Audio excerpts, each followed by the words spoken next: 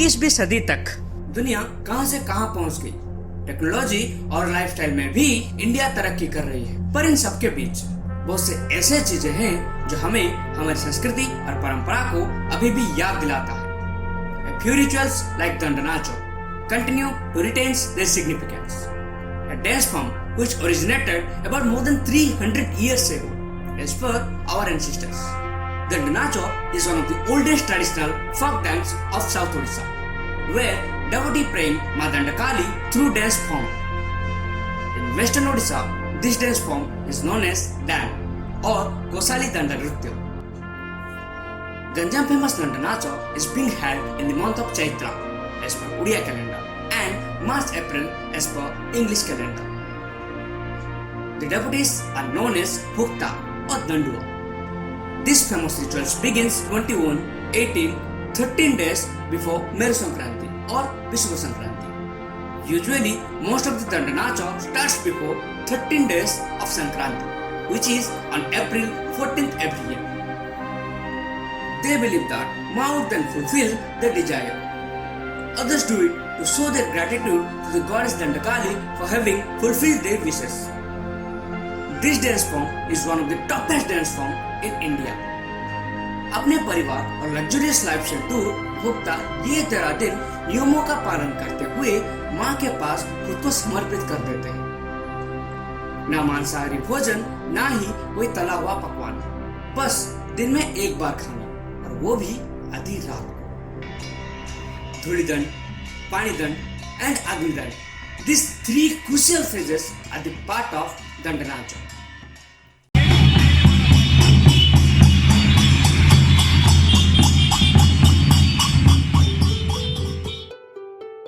सुबह के समय पर मानसिकधारी भुक्ता को फूल चंदन दे के वरण करते हैं। भुक्ता अपने टोली के साथ मानसिकधारी के घर के पास आकर वहां पे पूजा करके कुंभ की स्थापना करते हैं। उसके बाद कोई शिव मंदिर या फिर किसी खुले मैदान में विश्राम लेने के लिए चले जाते हैं, क्योंकि दंड विधान के नियमों के अनुसार दंडुआ 4 दीवारी छत के नीचे विश्राम नहीं ले सकते। फिर दोपहर की कड़ी धूप में भुक्ता ढोल की ताल में ताल मिलाते हुए माँ को लेकर मानसिक धारी के घर के सामने पहुँचते हैं। ना सहने वाली गर्मी या फिर जबरदस्त बारिश, परिस्थिति कोई भी क्यों ना, अपने पूजा विधि में अड़चन नहीं लाते। अब यहाँ से शुरू होती है असली पनिशमेंट, दंड। कड़ी धूप में उबलते हुए रास्ते के ऊपर दंडुआ अपने धूलिदंड की शुरुआत करते हैं। अपने फोक डांस के जरिए माँ को प्रसन्न करने की कोशिश करते हैं। इस बीच ना ही उन्हें पीने के लिए पानी और ना ही धूप से बचने के लिए छांव मिलता है।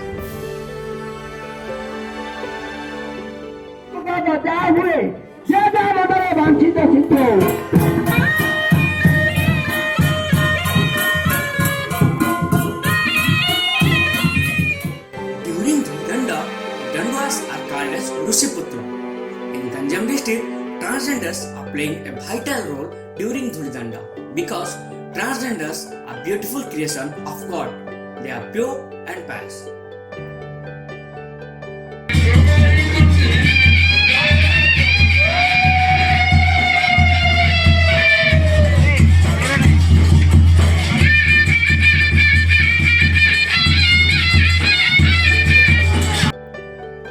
Creation of cloth, agriculture and making temple is a part of Dhulidanda.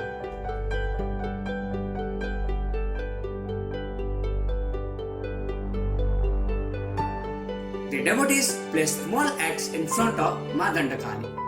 In between, the transgenders play small role and entertain people.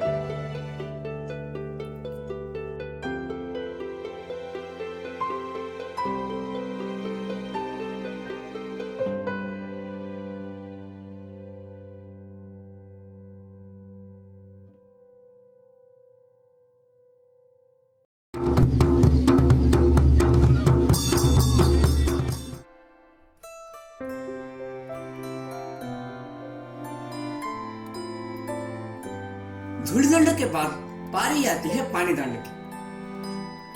कोई पास वाले तालाब या फिर नदी में दंडुआ पूजा की तैयारी करते हैं। इस बीच भुक्ता अपने नित्य कर्म खत्म करते हुए नहाकर पूजा में शामिल होते हैं। This is a crucial phase of Dandanacho because in this phase Bhuktas worship the goddess inside the water.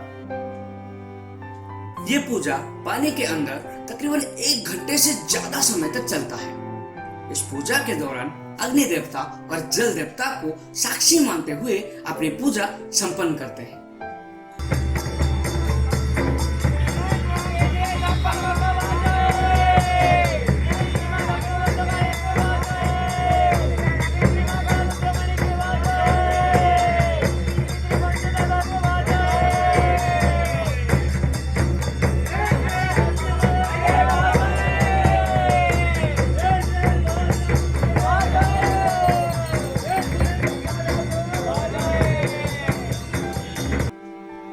दंडनाटक के दौरान संकल्प होकर पूजा विधि के साथ जनायु की धारण करते हैं और अगर किसी कारणवश जनायु अपवित्र हो जाता है तो ना ही वो दूसरे दंडुआ को छू सकते हैं और ना ही प्रसाद का सेवन कर सकते हैं। अगले दिन तक नया जनायु धारण करने तक वो भुक्ता अपने टोली से और माँ की छाया से दूर रहता है।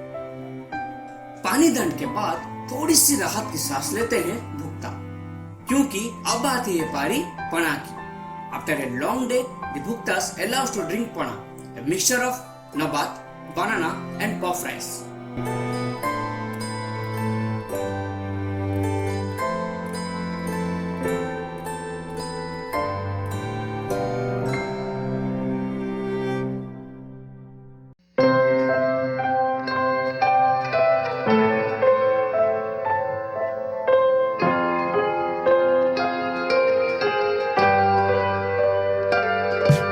शाम के समय थोड़ी विश्राम लेने के बाद आती है पारी मां दंडकाली की आरती की। This is the most important part of Dandnach, क्योंकि अगर कोई भुक्ता या फिर आयोजक से जाने अनजाने में कोई गलती हो जाती है तो माँ उसे स्वयं दंड देती है।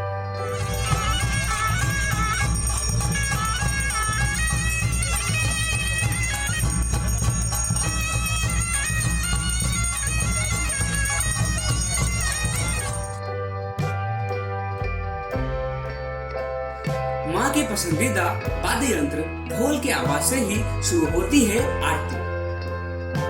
आरती शुरू होने से पहले ही कुछ भुक्ता रात के प्रसाद के लिए तैयारी शुरू कर देते हैं। खुद चूल्हा खोदना और खुद ही प्रसाद की तैयारी करना दंडनाचा की परंपरा है। आरती खत्म होते ही चूल्हा की पूजा किया जाता है। अग्नि देवता को आह्वान करते हुए माँ को स्मरण करते हुए उसमें आग जलाया जाता है। और ये आग कोई मामूली आग नहीं है, इसके लिए इस्तेमाल होता है अखंड अग्नि का। ये वही दीप है जो कि दंडनाचा की पहले दिन से लेकर संक्रांति तक जलता रहता है, चाहे वो बारिश हो या फिर तूफान। ये अखंड दीप अपनी अखंड अग्नि को प्रज्वलित रखता है।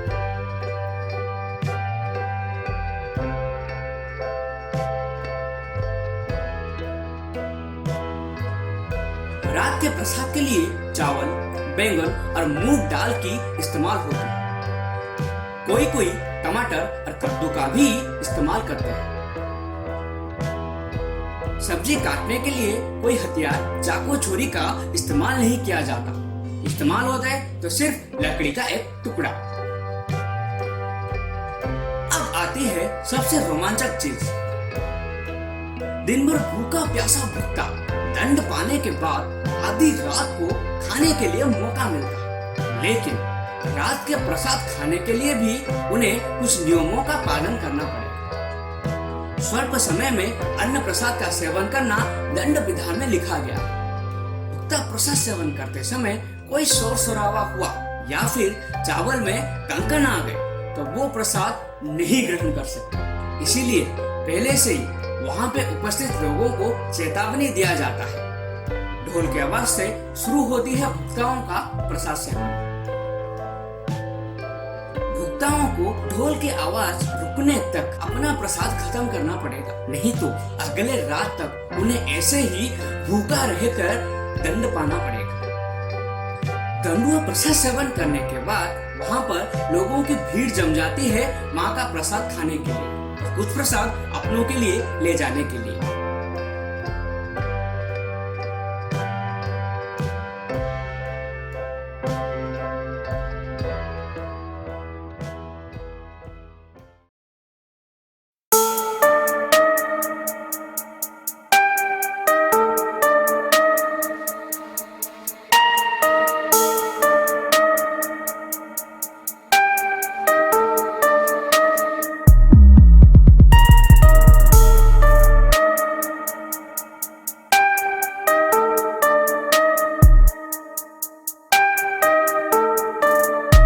आधी रात को फिर से दंडुआ, पाटवोक्ता और मां निकल पड़ती है मानसिकधारी के द्वार पर और यहाँ पर होती है अग्नि अर्जुना की खेल।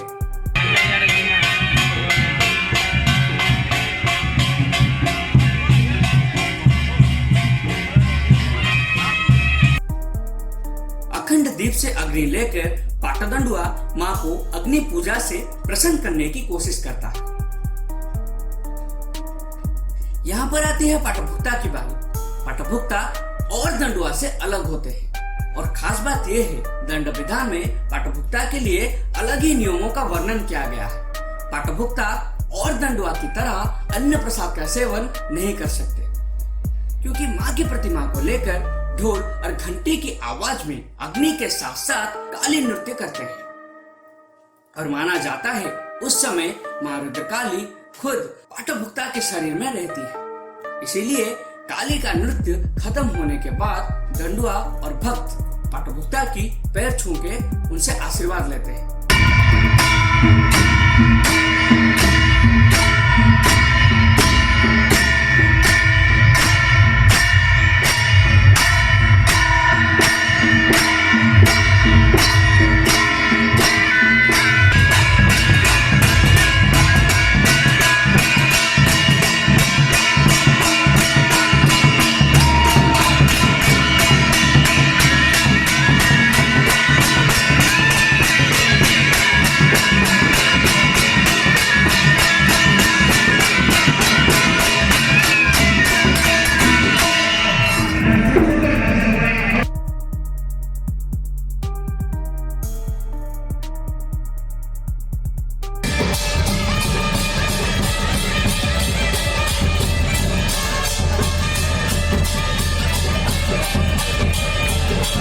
दंडुआ को रात भर जागना होता है, इसीलिए मानसिकधारी पौराणिक नृत्य जैसे कि रामायण, महाभारत, भारत लीला, पाला, चढ़िया डांस का आयोजन करते हैं। लेकिन आजकल थिएटर्स और प्लॉट्स भी शहरों में देखने को मिल जाता है। इन सब के बीच कुछ लोग अश्लीलता को प्रोत्साहन देते हुए मनोरंजक नृत्य का भी आयोजन करते हैं। क्या ये ठीक है? क्या ये हमारे परंपरा को जीवित रखने का एक ही जरिया है या फिर हमारे मनोरंजन के लिए हम खुद ही हमारे परंपरा को बदलने की कोशिश कर रहे हैं? रात भर दंडुआ जागने के बाद सुबह मानसिकधारी के घर के सामने मेलाने की कामना करते हैं और उसके बाद निकल पड़ते हैं और एक गांव और एक मानसिकधारी के पास। ये सिलसिला विश्व संक्रांति तक चालू रहता है। संक्रांति के दिन माँ के मंदिर में पूजा होती है, यज्ञ होता है और फिर पाटभुक्ता को अग्नि के ऊपर उल्टा लटकाया जाता है। ऐसा माना जाता है कि पाटभुक्ता के नाक से 3 बूंद खून टपकने के बाद ही यह यात्रा संपन्न होती है। ये 21 दिन का यात्रा खत्म होने के बाद भुक्ता अपने अपने दैनिक जीवन में लौट जाते हैं और इंतजार रहता है अगले साल की और अगले दंडनाचों की।